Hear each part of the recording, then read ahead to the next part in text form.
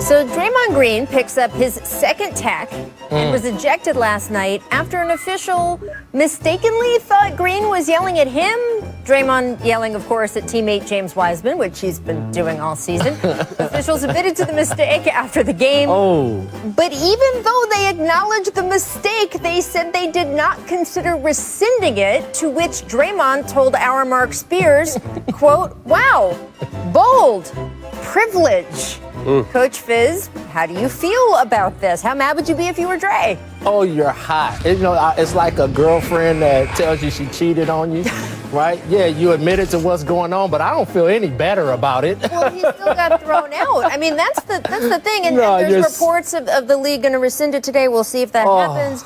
But even if they do, ridiculous. He got pulled from the game. It's like the 2-minute report when they admit all their mistakes, but what does that really do? Fizz, you could tell you as a coach, I could tell you as a player, it's ridiculous. You know what I mean? I think refs need to start being held more accountable. They need to be fined for situations like this because Draymond is the heart and soul of that team, and Golden State is someone that's going to be towards the middle or lower half in the playoff standing, so one game can really mean a lot. So you know how I already feel about refs. I got a long relationship with refs. That may or may not be on the record. I got a little history myself. I mean, personally, I will say, and I know this is not the popular opinion, I like the 2-minute report because I also used to cover the NFL. And they used to make all kinds of officiating mistakes. And at least at the time I was covering the league, they would then just maintain silence or even just insist they hadn't made the mistake. And I don't know if you guys remember that Sports Illustrated cover where like one official's got his arms in the air signaling a touchdown and the other one had but what no about touchdown. I agree. I want to know, but they need to be held accountable for it. Like, I think their grades, are their grades public? So their grades, I don't think they're public. And obviously you can kind of track the assignments, the guys who get the better assignments. Right. But to your there needs point, to be they more could be a public transparency, and they need to be held accountable, and they need to be fined because we're all tired of seeing this. No one comes to the games to watch the refs. They come to watch these amazing players,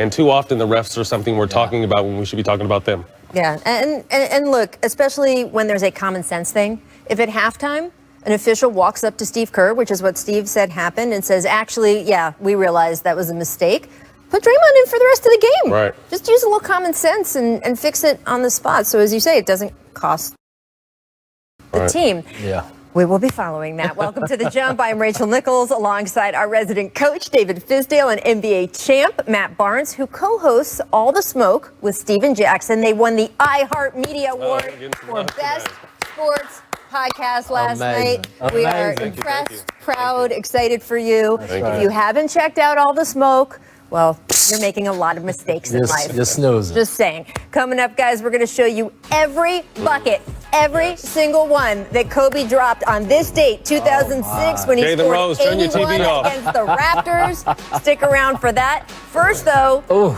here is a recap of last night's Lakers-Bucks showdown. Check this.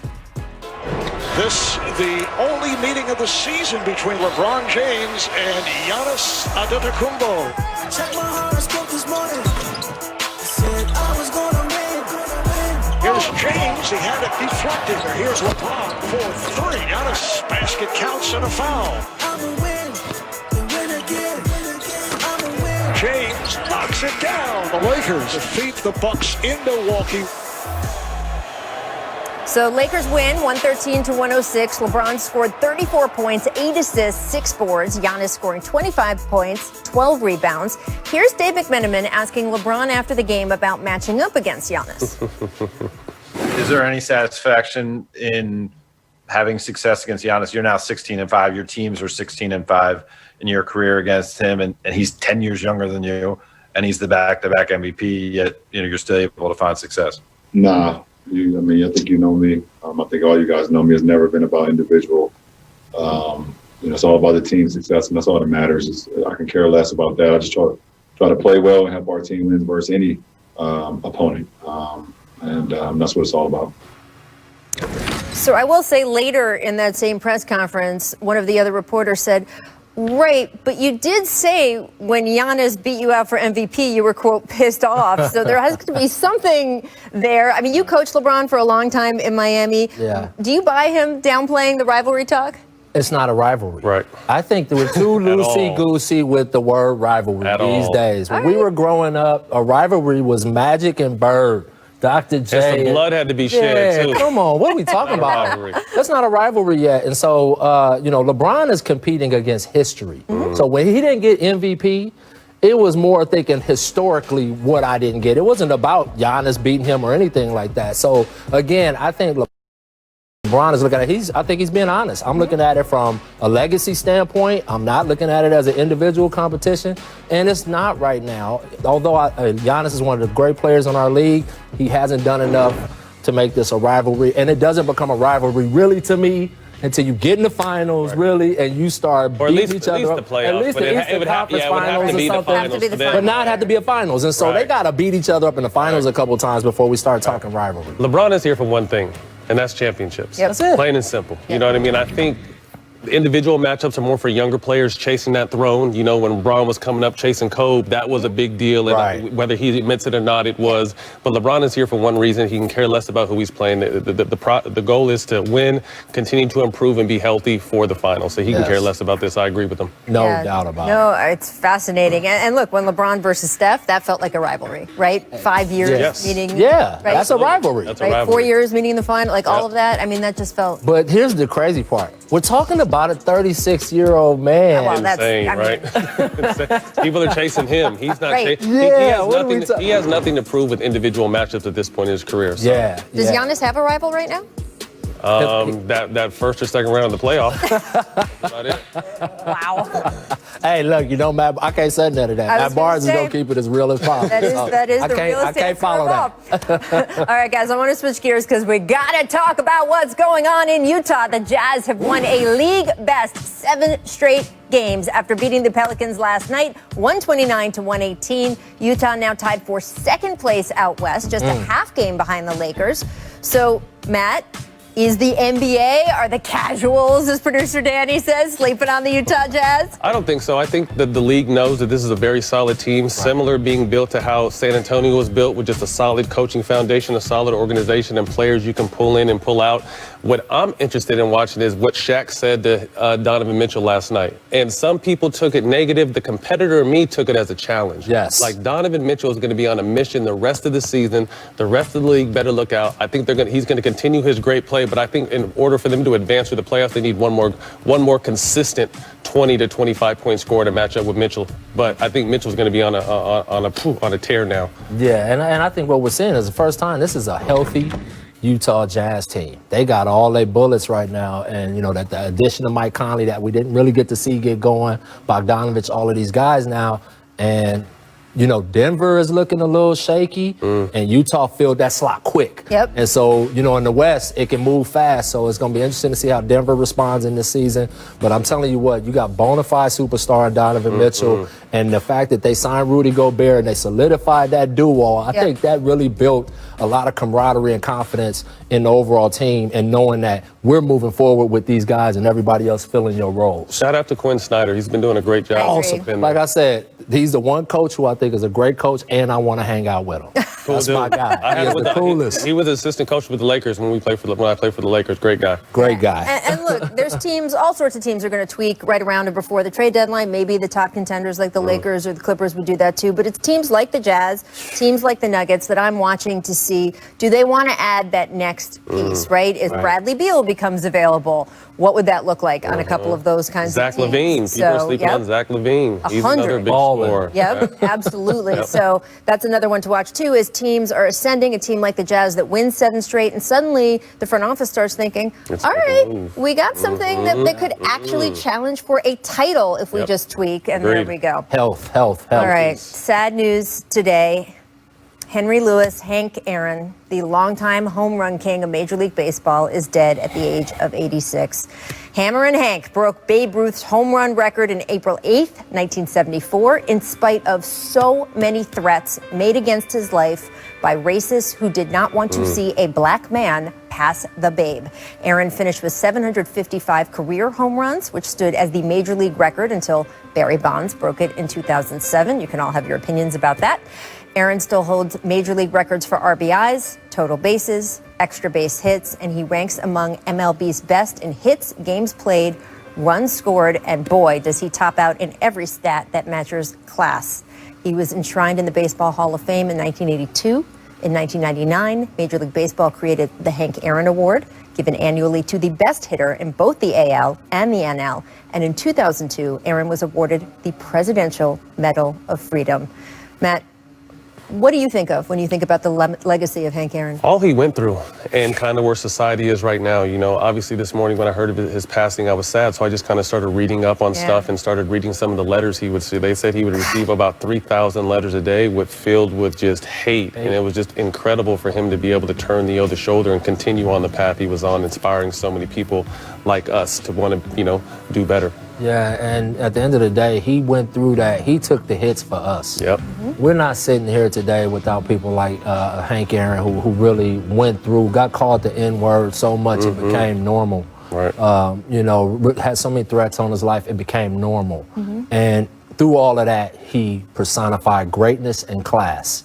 And he is such a guy to look up to. I idolized him as a kid. I couldn't hit a baseball on a stand, but I loved some Hank Aaron as a kid. Hammer and Hank. Right, and so it's a huge loss, especially for the black community, for young black people, and for young guys that don't know about Hank and his story.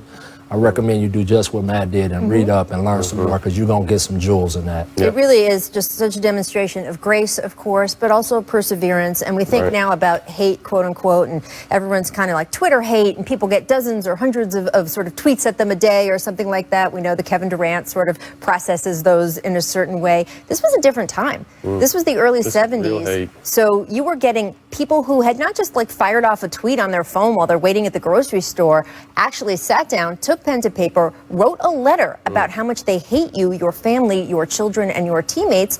And some of those letters, as you said, were threatening to kill him at a time where people were being picked off and killed because of, I was going to say at a time because of their race. We certainly had plenty of examples of that since then. But when we talk about the high profile Martin Luther King, Malcolm X, Kennedy's, there's no reason for Hank Aaron not to think that when he got one of those letters, the next bullet was coming for him, and he persevered with, again, the grace that I wish we could all have in every situation. Imagine that mental health, being able to try to block that out and focus every single game and go out and be great. Yeah, that's amazing to me. Amazing. An example for us all. We will miss you. All right, guys, coming up, we certainly miss Kobe Bryant as well, and this is the anniversary of the night he dropped 81 on this date in 2006. We are going to show you every single bucket. First, though, here's what the Jump recommends for today. Amazing. Matt, you need one of those over your shoulder when you do all the smoke. Make bombs away. Lakers Bucks late in the fourth. LeBron beats the shot clock to ice the game. Fizz, the progression since you coached him in Miami, since 2011, when the Mavs strategy was make him shoot. Right. How would you say he's progressed since then? Oh, ridiculous. Pray he misses. Great. That's what you hope for, that he's taking those shots. But now he's so poised. There's no pressure on him. He just lets this stuff fly, and it's nothing. There's nothing you can do when he's hitting those kind of shots. It's over. He's already going to get everything else. Right. And it's a great example to me, too, about how guys in the league can improve their shot. LeBron's not the only one, but he's the most high-profile one. He's added so much stuff to this game. Just changes everything, and it's why he's able to do what he can do at 36 years old. Miss help. Second quarter now. Bron collects and passes way up the court. The ball gets tipped and goes in.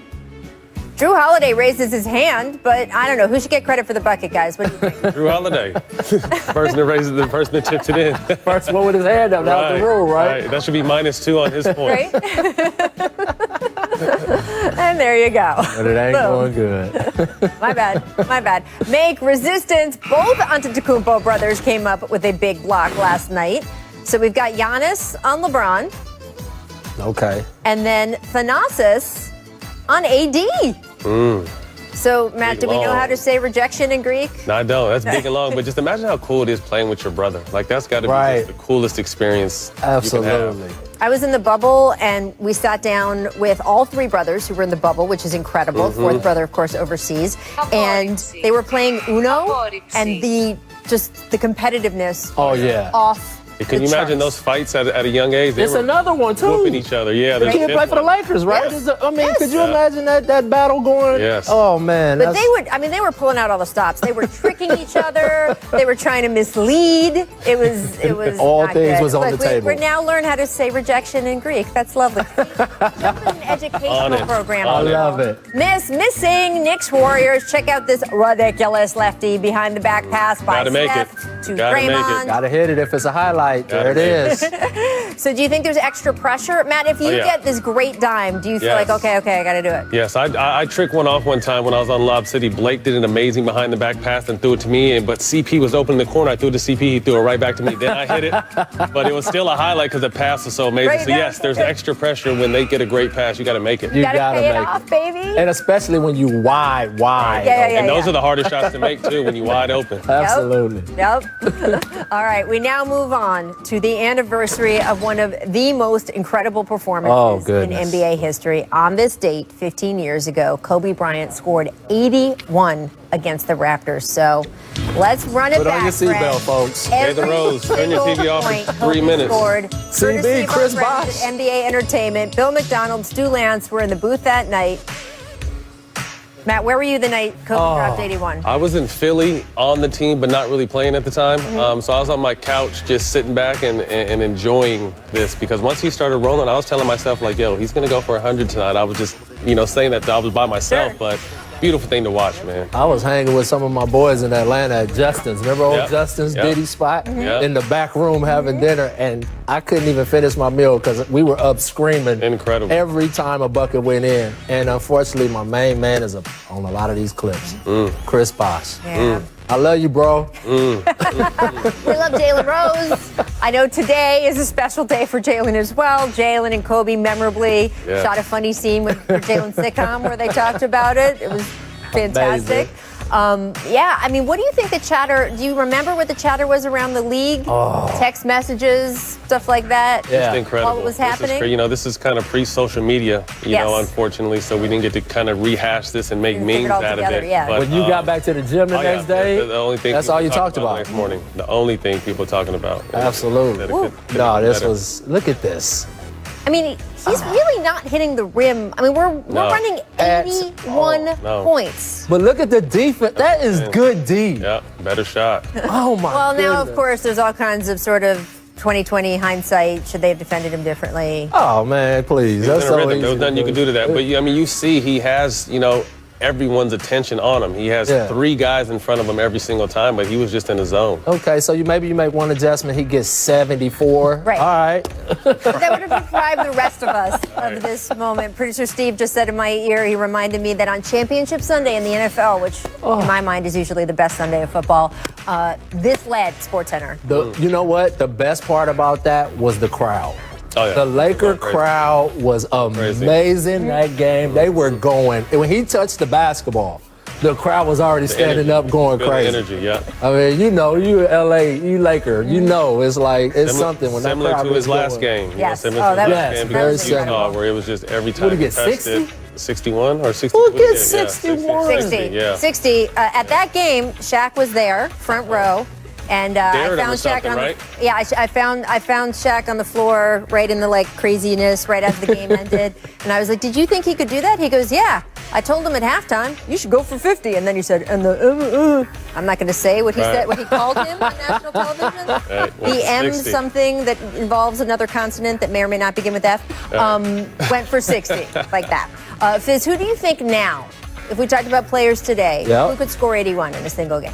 There's only one guy right now that's gotten even close to that, and that's Mr. Booker, right? Mr. Booker has 70 points in the game, so he's shown the ability to get it going. But I think it's other guys. There's a handful. I got a little list. So I got a Let me see list. your list over I there. got man. KD, Steph, Harden, Klay Thompson, and Damian Lillard and Devin Booker.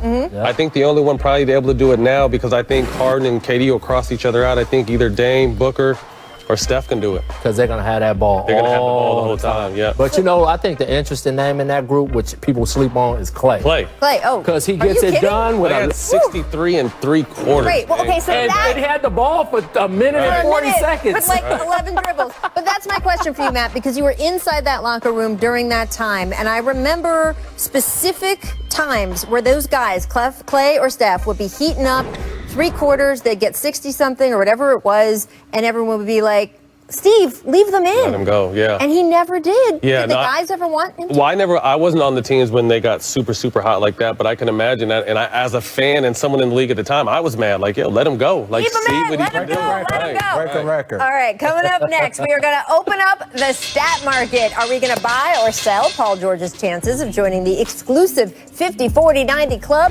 He's actually shooting 50. I'm looking right here. I'm not looking over there. I'm looking here because I've got Fizdale, I've got Barnes, and now I've got Lowe, senior NBA writer and host of the Low Post podcast, Zach Lowe, just in time for the stat market opening bell. We give you the stats and you decide, are you buying or selling that the trends will continue? So first up, Paul George, who is shooting a ridiculous 51% from the field and from three-point range, as well as 91% from the free throw line. You are looking at a list of players to achieve a 50-40-90 season, because 50-50-90 is too absurd. We don't have a list for that. So, Zach, are you buying or selling? We'll set the bar at 50-40-90 for Paul George.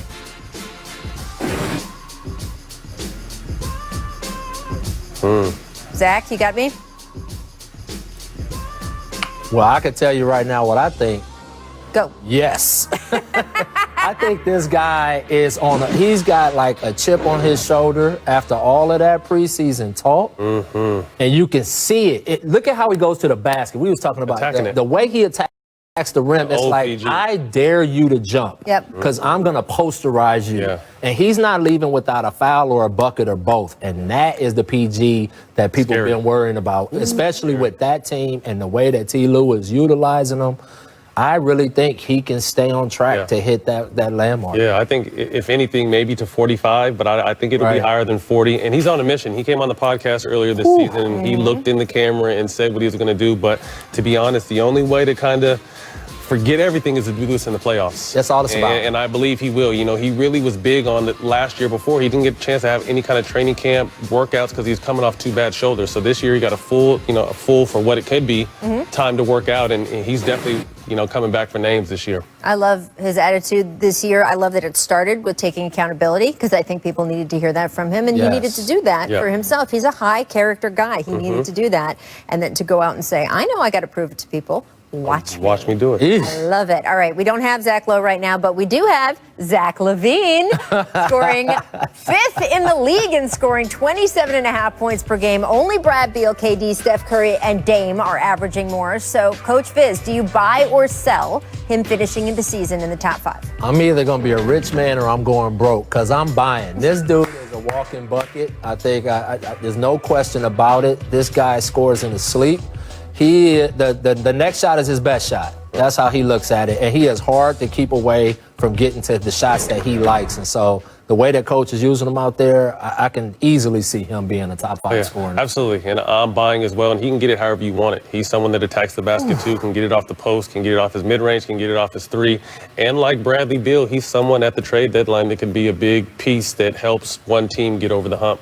Well, that to me is going to be the key on whether he stays in the top 5 in scoring or not. If he doesn't get traded, he has a chance to stay in the top 5 in scoring. Right. If he gets traded to join a contender, you have to think then some of those numbers will adjust. Where do you I go to think he'll school? sacrifice UCLA. Oh, I'm just checking. He was a quick in and out, but he was definitely there. He's a Bruin, though. It counts. This guy, he's serious business. When it comes to scoring, this guy is serious business. And, man, do I love it when he gets a breakaway. He is exciting. I also appreciate the way he's approached the game, approached some, frankly, difficult years in Chicago. Even with coaches maybe who didn't come in respecting all of the players, he tried to work with every coaching staff he's been handed. He's doing well with Billy Donovan right now, so props to him for all of that. All right, lastly, let's go to the Lakers, who allowed the fewest points per 100 possessions of any team in the league. So, Matt, do you buy or sell the Lakers having the best defense in the league all through this season? I'm buying.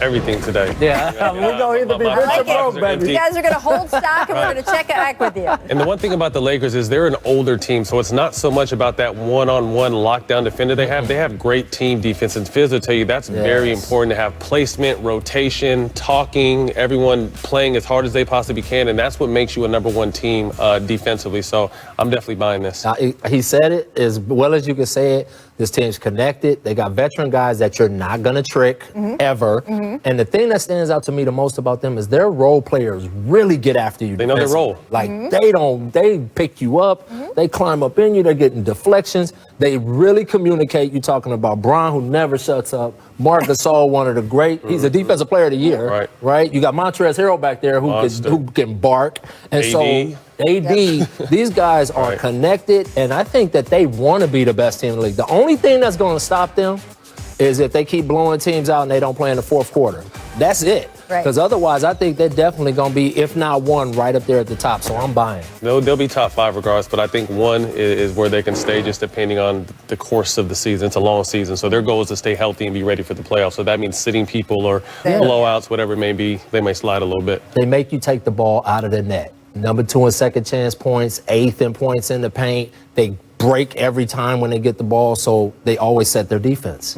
So that's what makes them miserable to play against. And to me, this is where, of course, approach and talent meet. And look, the Lakers, when they got together as a team at the beginning of last year during training camp, we looked at their individual defensive numbers, and even LeBron. I mean, it was not great going into last season. We got some clips of him shortcutting, don't give me. And so there were questions about how they could defend, especially perimeter defense, and those were fair considering what those guys had done going into that season. Now, they, of course, had AD coming in. That's a huge different presence inside. But they committed to team defense in a way we frankly hadn't seen most of those guys do in previous seasons. And they, from day one, LeBron came in from day one. Said this is what it's going to be about. This is what it's But going to here's be. the other thing that we're not talking about, and I know sometimes this gets lost in the shuffle because they're so talented and so great. Frank Vogel is one of the best defensive coaches in this league. You are right. It was a nightmare playing against him out in Indiana all of those years. It was like playing in mud, and now he's got a supercharged offense team to go along with those defensive principles. So you got to give him and the staff credit as well to really get this team engaged enough. Night in, night out to compete on the defensive end, and now you see where they stand. Matt, is this the model for the Nets? Yes. Piece by piece, coming together. And I want to add on to what you said, because Vogel took a lot of heat coming in. Everyone, this is Jason Kidd's team, or this is LeBron's team, this is that. And Vogel Vogel just sat back. He's applied what he knows best, and he's gotten out the way and letting these guys create with it, and that's what good coaches do. Yep, absolutely. Amen to that. Interesting to watch them. All right, guys, that's the closing bell. The stat market closed for the day. We will be back with another edition soon, and Fizz and Matt don't have anything in their wallet. Zach, unfortunately, I got some credit cards. Exactly. Zach, unfortunately, we lost his signal, but we got you, Zach. Coming up, after the Sixers and Celtics got spicy in their post-game press This guy is hard playing his guys a lot of minutes too. You know Tibbs fashion, but I just like how hard these guys come out and play. They hear how bad they are every single day. So obviously they've come together in that locker room, and that's what's very important. And despite outside figures they have no control over, they're going out there and playing every game hard, and I appreciate it. We're hearing good things this year. The narrative around the league, media commentators, we've talked about the organization feels like it's on the right track. They are. Top defensive team.